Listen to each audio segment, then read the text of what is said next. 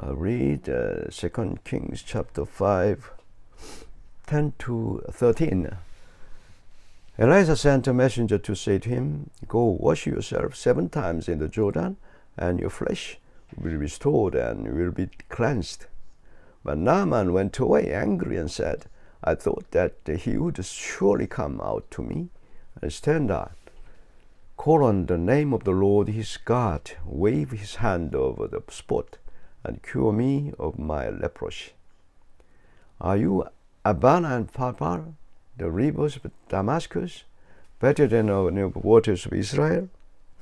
Couldn't I wash in them and be cleansed?" So he turned and went off in a rage. Naaman's servants went to him and said, "My father, if the prophet had told you to do some great thing, would you not have done it? How much more than when he tells you, wash and be cleansed?" Many people struggle with the impact of Jesus' crucifixion on our faith.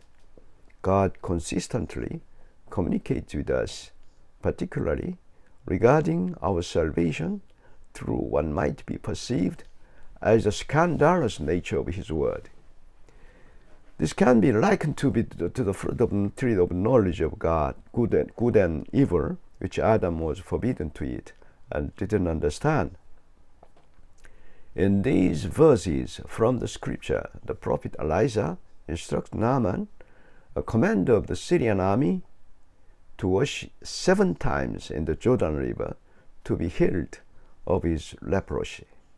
Initially, Naaman is angered and refuses to follow these instructions, expecting the prophet to perform a magical gesture instead. However, his servants approach him with reason, suggesting that he should attempt this simple task since it might bring healing. Eventually, Naaman listens, obeys Elisha's instructions, and is cured. Shamanism is deeply connected to Korean Christianity, often delivering fanatic entertainment and comfort to its followers. Many are hesitant to acknowledge their uncertainties by asking, does faith truly work through the cross? Elisha's suggestion for Naaman to wash 7 times in the Jordan River at first seemed ridiculous to Naaman. In the Old Testament, the words of true prophets are regarded as the words of God. Elisha remained removed from the healing event, leaving Naaman with God's word only. Similarly, Christian belief thrives on the connection between the believer and Jesus' cross. Naaman's primary desire was to be cured of his leprosy, yet he sought additional entertainment and comfort from Elisha, which diverged from the true word of God. This diversion incited his anger, highlighting the challenge of aligning human expectations with divine wisdom. Let's pray.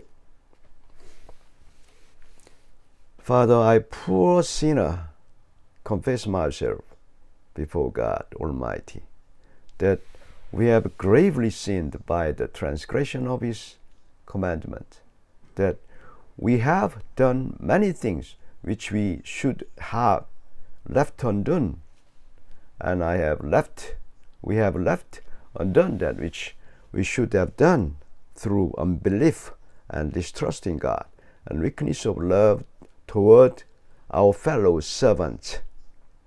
God knows the guilt we have incurred, for which we are grieved.